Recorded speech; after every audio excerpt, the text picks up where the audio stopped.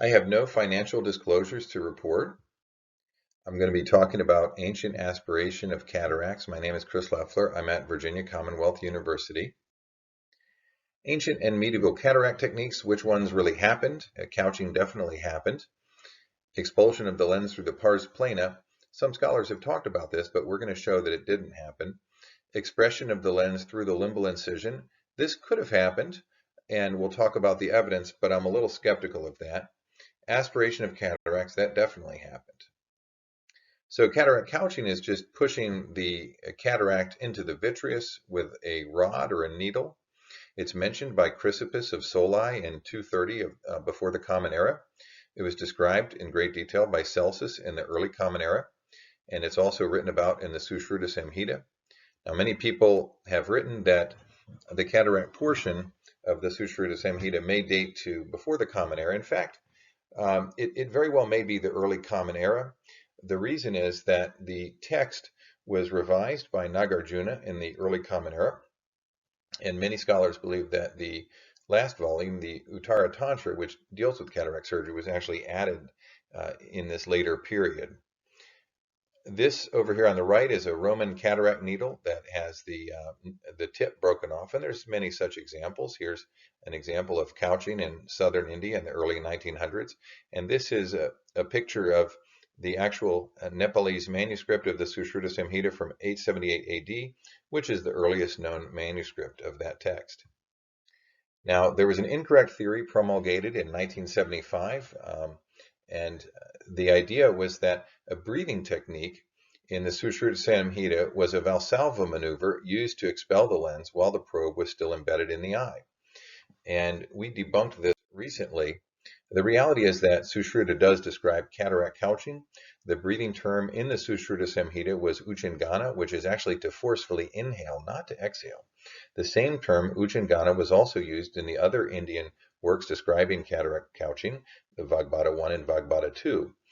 And forceful inhalation during couching was also found in the medieval Arabic works such as Ibn Isa in the 11th century, in Khalifah al-Halabi in the 13th century, and also from modern observations in India, such as Breton in 1826 and Shah in 1894.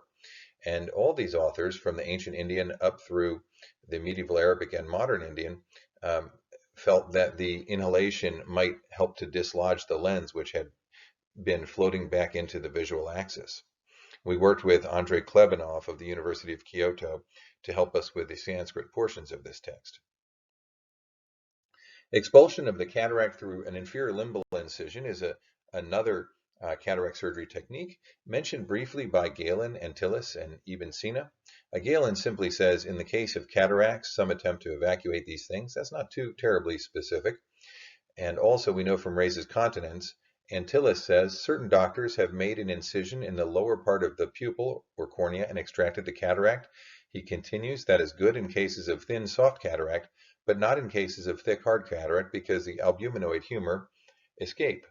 Now, this would be physically possible to do, as we know from the experiences in the early 1700s. However, there's reason to doubt that it actually did occur. One is that there could be confusion with hypopyon. The ancient authors believed that a cataract was not an opacity of the lens, but some opacity anterior to the lens. And so if they describe a fluid opacity entered to the lens, it could have been a hypopyon. We do know from Galen's work that hypopyon was evacuated in this manner. Also, the medieval oculist did not remove the cataract when it had accidentally subluxed into the anterior chamber during couching. We have very detailed case reports from Amar of 11th century Cairo and also from Khalifah al-Halabi of 13th century Aleppo. And in both of these cases, they did not extract the lens, which had subluxed forward. They merely left it there to be absorbed. Now, aspiration of cataracts did occur in antiquity. And we know from Reyes' continence, Antyllus says, others have introduced a glass tube by the paracentesis opening and have proceeded by aspiration, drawing in the cataract with the albuminoid humor. And we have examples of ancient hollow cataract needles from the Greco-Roman period. Some were found at Montbellet in France, dating to 100 of the Common Era. Bronze needles with silver inlay and a silver internal wire. The top shows you the solid needle, and then the bottom one is hollow needle, and the craftsmanship on this is just absolutely extraordinary.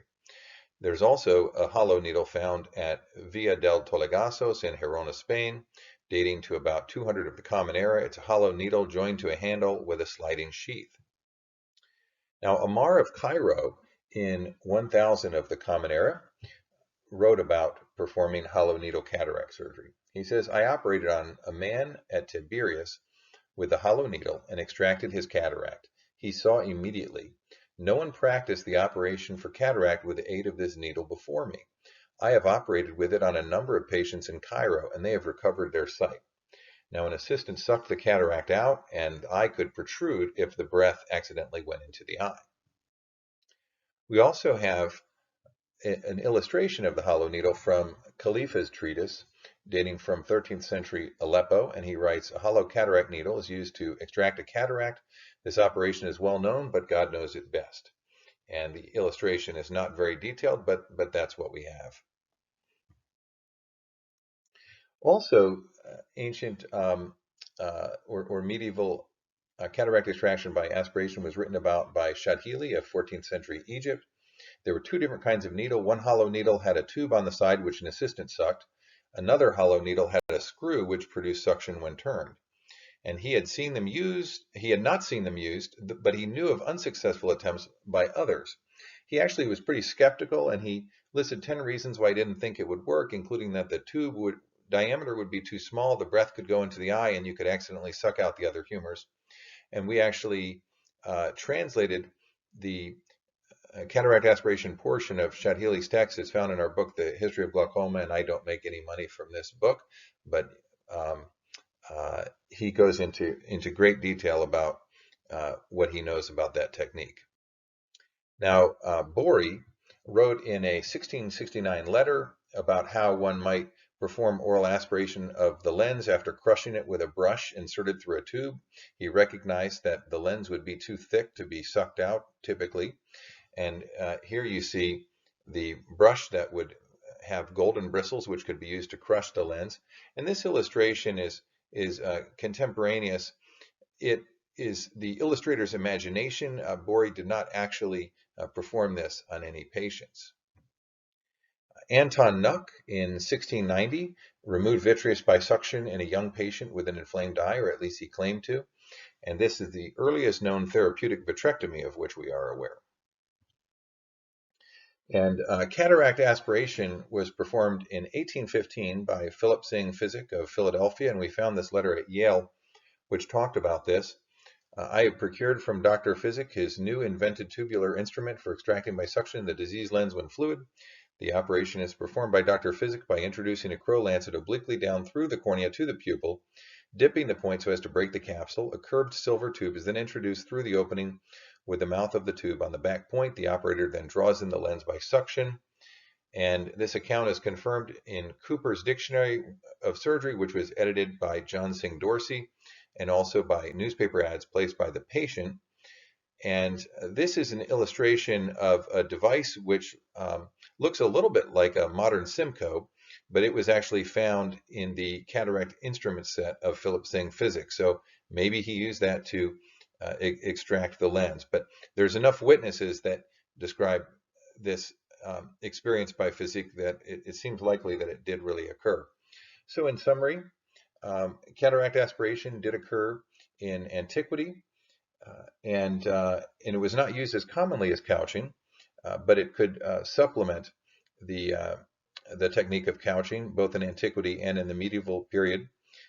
And then we don't see aspiration again until 1815. Some of the other more advanced cataract surgery techniques that different scholars have alluded to, there's reason to be skeptical about those. Thank you.